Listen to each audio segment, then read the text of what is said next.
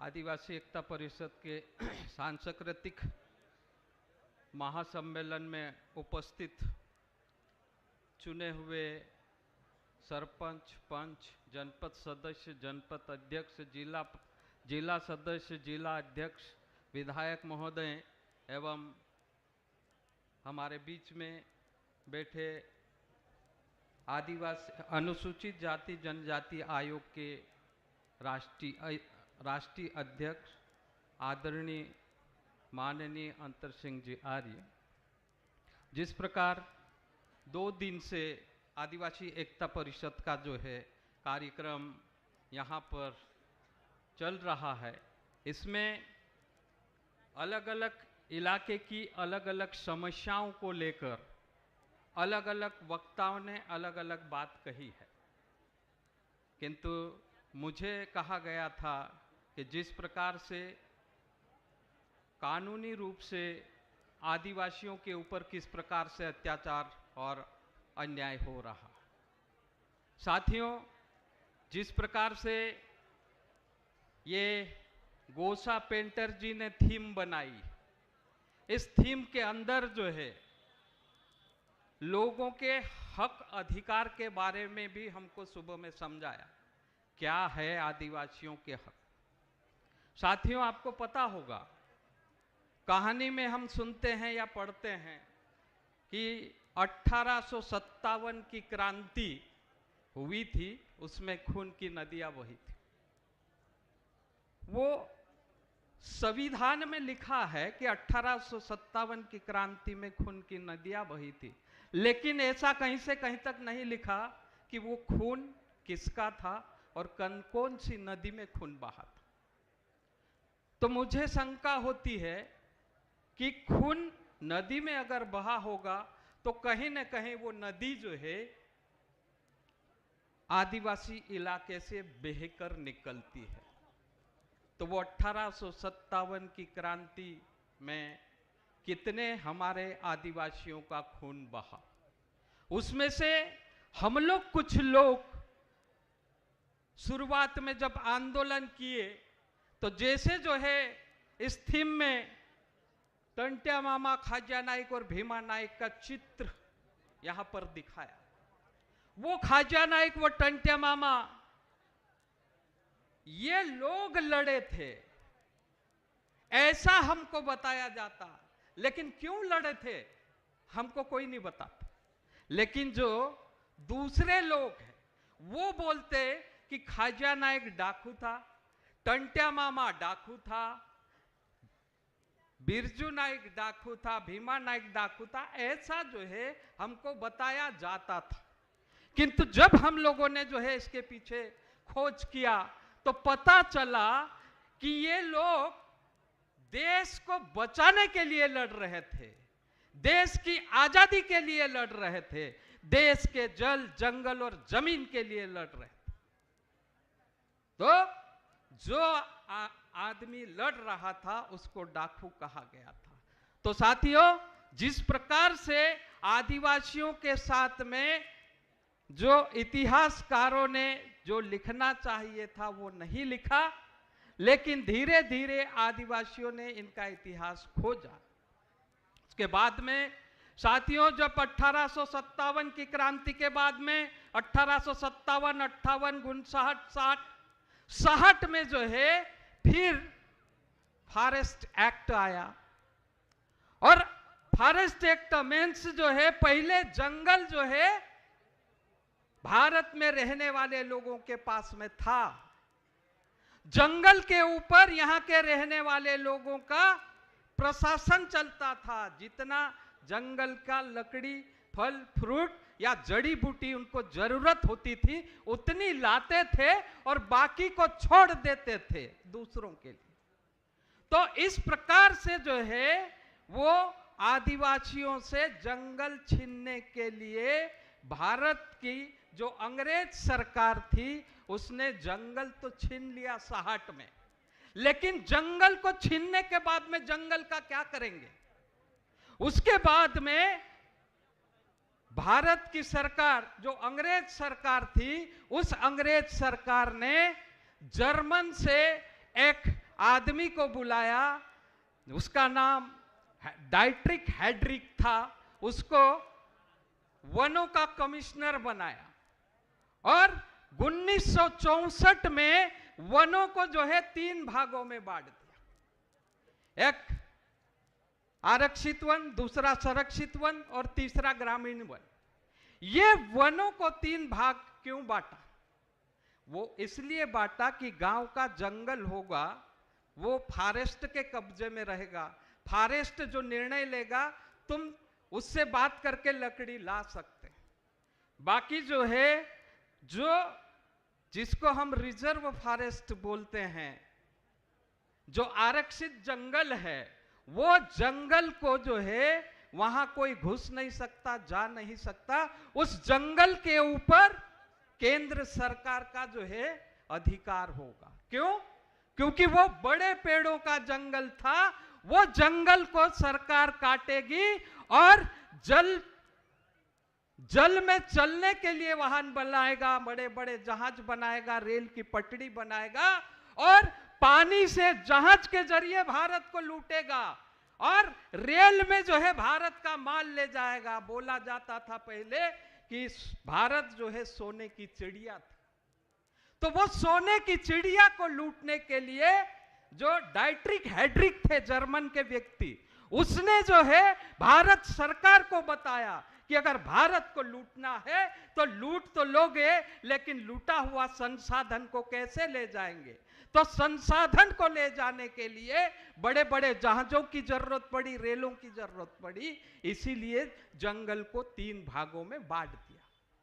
और साथियों, 64 के बाद में वो फिर बाद में 1988 में संयुक्त वन प्रबंधन नीति आया। 1988 तक भारत का जंगल आधे से ज्यादा कट गया। भारत को जंगल 33% होना चाहिए, लेकिन 20% जंगल बचा। इसके लिए भारत सरकार ने संयुक्त वन प्रबंधन नीति बनाया, जिसमें कि वन विभाग के साथ में आदिवासी या गांव के लोगों की भागीदारी करके जंगल की हम रक्षा करें। लेकिन साथियों, वो संयुक्त वन प्रबंधन नीति के बाद में भी जंगल जो बचना चाहिए वो नहीं बचा, वो धीरे धीरे खत्म हुआ। उसके बाद में साथियों, गांव-गांव में जो है लोगों ने तय किया कि जंगल खत्म होते जा रहा, पर्यावरण खत्म होते जा रहा। उसको लेकर जो है अलग अलग गांव के, अलग अलग जिले, अलग अलग राज्य के लोग जो है इस पे बात करना शुरू किए, बहस किए। बहस करने के बाद में भारत सरकार के साथ में जो है लड़ाई हुई, आंदोलन हुआ, संसद का घेराव हुआ, रैली निकली, धरना हुआ। तब जाके भारत सरकार ने 2006 में वन अधिकार मान्यता कानून 2006 लाया। अब वन अधिकार मान्यता कानून 2006 क्या है?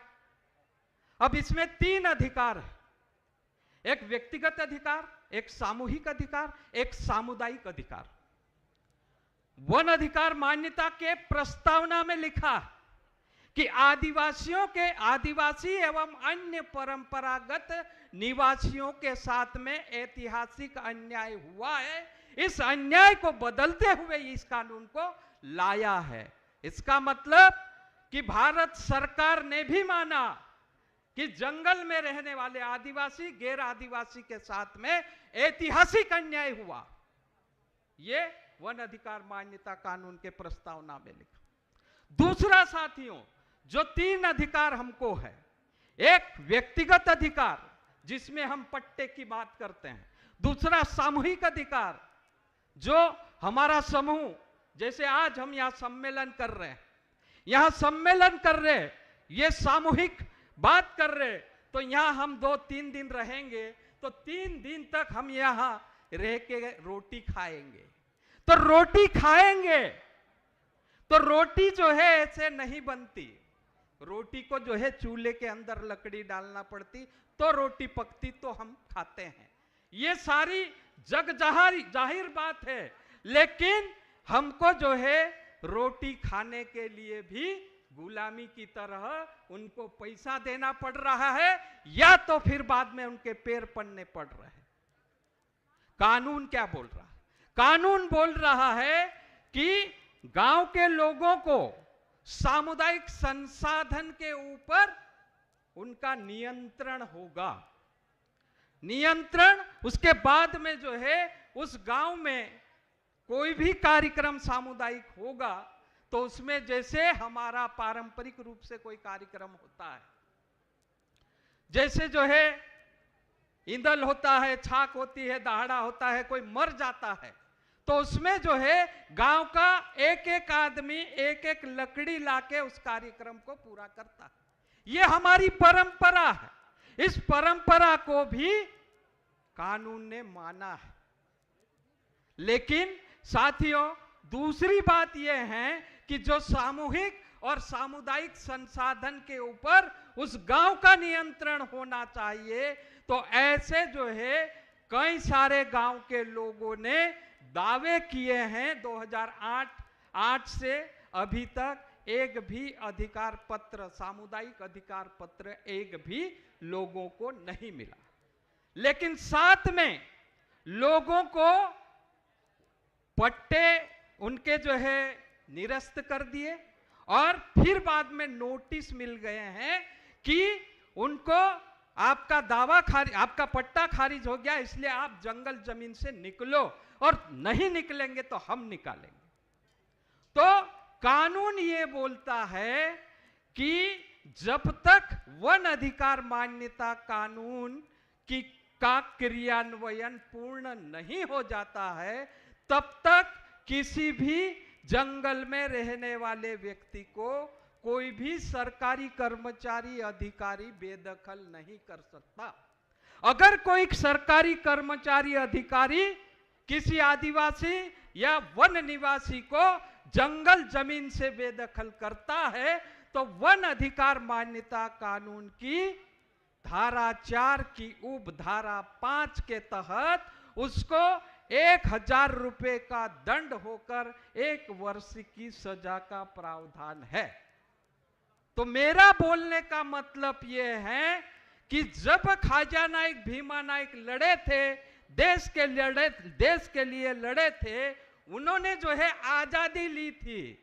ख्वाजा नाइक भीमा नाइक को आजादी मिल गई थी, यानी आदिवासियों को आजादी मिल गई थी। कब मिली थी आजादी? गवर्नमेंट ऑफ इंडिया एक्ट 1935 अंग्रेज सरकार ने बनाया था। गवर्नमेंट ऑफ इंडिया एक्ट में 2 अलग अलग जो है भाग किए थे, आरक्षित इलाका, पूर्ण आरक्षित इलाका। पूर्ण आरक्षित इलाका मतलब जो है पूरे जहां आदिवासी रहते हैं वो, और आंशिक पूर्ण इलाका था के ऊपर ऐसा कोई प्रभाव पड़े तो सरकार कोई भी कार्यक्रम वहां पर नहीं चलाएगी। नेहरू ने कहा आदिवासी का जंगल के ऊपर के ऊपर उनका नियंत्रण, जमीन पर, पानी पर। तो ये जो है नेहरू जी का पंचशील सिद्धांत बना। उसके बाद में जो गवर्नमेंट ऑफ इंडिया एक्ट का आजादी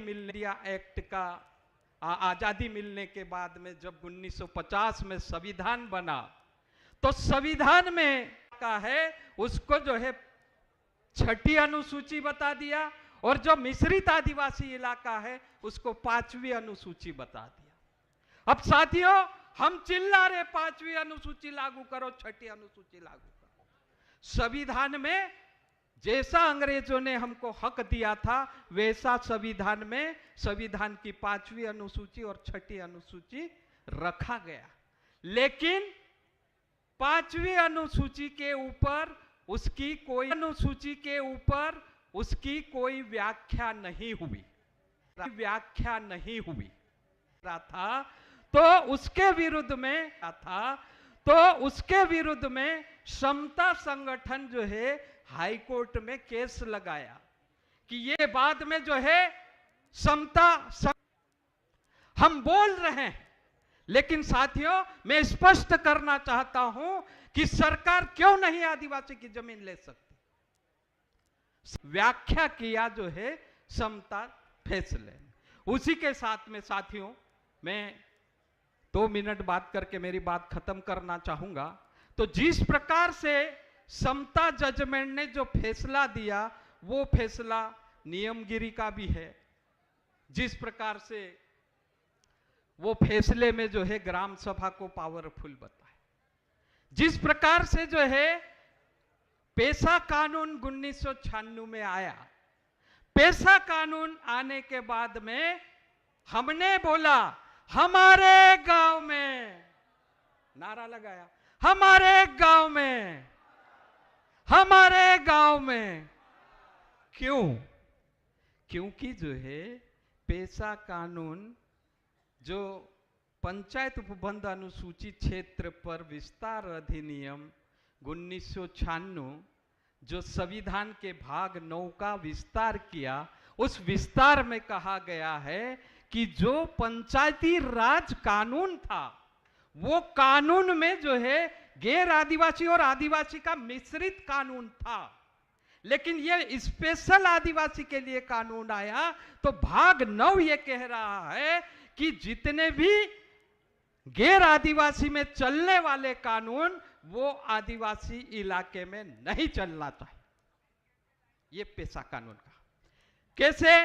अभी जो है पेशा कानून में आपको कहा कि जल जंगल जमीन के ऊपर आपका नियंत्रण, गांव के अंदर आने वाले सभी सामाजिक सेक्टर के ऊपर आपका नियंत्रण। सामाजिक सेक्टर मतलब क्या? सामाजिक सेक्टर मतलब पुलिस, पटवारी, नाकेदार, ठेकेदार, जो भी आंगनवाड़ी, स्कूल, जो भी आपके गांव में सरकारी लोग हैं या सरकारी व्यवस्था है, उस व्यवस्था आपका नियंत्रण है। उसी के साथ में आपका नियंत्रण है, लेकिन आपके साथ में हर समय धोखा हो रहा। जब आंगनवाड़ी बनाना है, तालाब बनाना है, सड़क बनाना है, तब आपसे प्रस्ताव लिया जाता है। लेकिन जब हक की बात आती है, वो जंगल जो है हमारे गांव के अंदर है, उसका संरक्षण करने की बात आती है, उसका प्रबंधन करने की बात आती है, तब जो है गांव वाले को बिना पूछे उस जंगल को काटा भी जाता है, उस जंगल को जो है बेचा भी जाता है। और उसी के साथ में साथियों, जिस प्रकार से ग्राम सभा में आपको जो है जो अधिकार दिए, वो जो है एक अधिकार आपको जो है कर्जे के ऊपर नियंत्रण, दूसरा अधिकार बाजार के ऊपर, शराब के ऊपर, उसके बाद में जो है आपको जो है गांव के झगड़े निपटाने का अधिकार, आपका जो है गांव को जो है एक साथ करके कैसे निर्णय लेने की जो पद्धति है, उसको जो है आप खुद जो है कर सकते हैं। तो ऐसा मतलब पेशा कानून में ये व्यवस्था है। तो जिस प्रकार से जो है आपके गांव अधिकार या गांव के अंदर आने वाले सामाजिक सेक्टर के ऊपर आपका नियंत्रण है, तो वहां जो है दिल्ली में जो सरकार है उसको नियंत्रण करने के लिए मंत्री लोग हैं, प्रधानमंत्री जी हैं, ये दिल्ली की सरकार है। राज्य में जो है राज्य के मंत्री है, राज्य के मुख्यमंत्री है। उसी प्रकार से गांव में ही गांव को चलाने के लिए ग्राम सभा को ये पावर दिया है। तो इसीलिए हम बोलते हमारे गांव में हमारा राज, और एक सरकार वो, दूसरी सरकार भोपाल की, तीसरी सरकार जिले की, और चौथी सरकार जो है गांव की। तो ये व्यवस्था है साथियों। विवाद निपटाने का जो अधिकार की बात आई है, तो इसमें जो है जहां हमारे क्षेत्र में पेशा कानून आने के बाद में जिला पंचायत का गठन हुआ, लेकिन संवैधानिक रूप से धारा 4 अण के तहत से जिले में जिला सरकार का गठन होना चाहिए, कार्यपालिका का गठन होना चाहिए, न्यायपालिका का गठन होना चाहिए, विधायिका का गठन होना चाहिए। जो पद्धति हमारी पहले थी, गांव का झगड़ा हम गांव में निपटाते थे, गांव से नहीं निपटता था तो फिर बाद में 5 गांव के मुखिया निपटाते थे, उनसे नहीं निपटता था तो हमारी बारगाया पद्धति थी, बारगाया विवाद को निपटाते थे। तो वही जो है पेशा कानून की धारा 4 अण के तहत कार्यपालिका, विधायिका, न्यायपालिका होगी और उसी के साथ में न्याय देने का अधिकार जो होगा तो वो मजिस्ट्रेट भी कहीं ना कहीं आदिवासी होगा, क्योंकि आदिवासी का विवाद निपटाने का अधिकार पेशा कानून में है। तो कौन सा विवाद? खेत के सेड़े का विवाद, जमीन का विवाद, पानी का विवाद, तो जो भी विवाद होता है हमारे लोगों को विवाद निपटाना अच्छी तरह से आता है। तो जिस प्रकार से जिले में हमारी न्याय पालिका बनेगी तो जज हमारा होगा, कानून हमारा होगा, तो जिले की सरकार भी हमारी होगी। तो साथियों, मैं इन्हीं दो शब्दों के साथ में, हमारे बीच में बहुत सारे माननीय बैठे हैं, तो मेरी बात को ध्यान से सुने हैं और इस पे गौर करें। और दूसरा जो है, हम लोगों ने वो 4 सरकार कैसी होगी तो उसके लिए जो है हम लोगों ने एक किताब जो है वहाँ गेट के जो है सीधे हाथ पे जो है स्टॉल लगाया है, वहाँ पर जो है किताब रखी है। जिस साथियों को वो किताब खरीदना है तो आप खरीद लें और फिर बाद में जो है हमारे गांव में हमारे राज्य की कल्पना जो हम करते हैं वो पूरी करेंगे। इसी 2 शब्दों के साथ में मेरी बात को ख़त्म करता। बहुत बहुत धन्यवाद।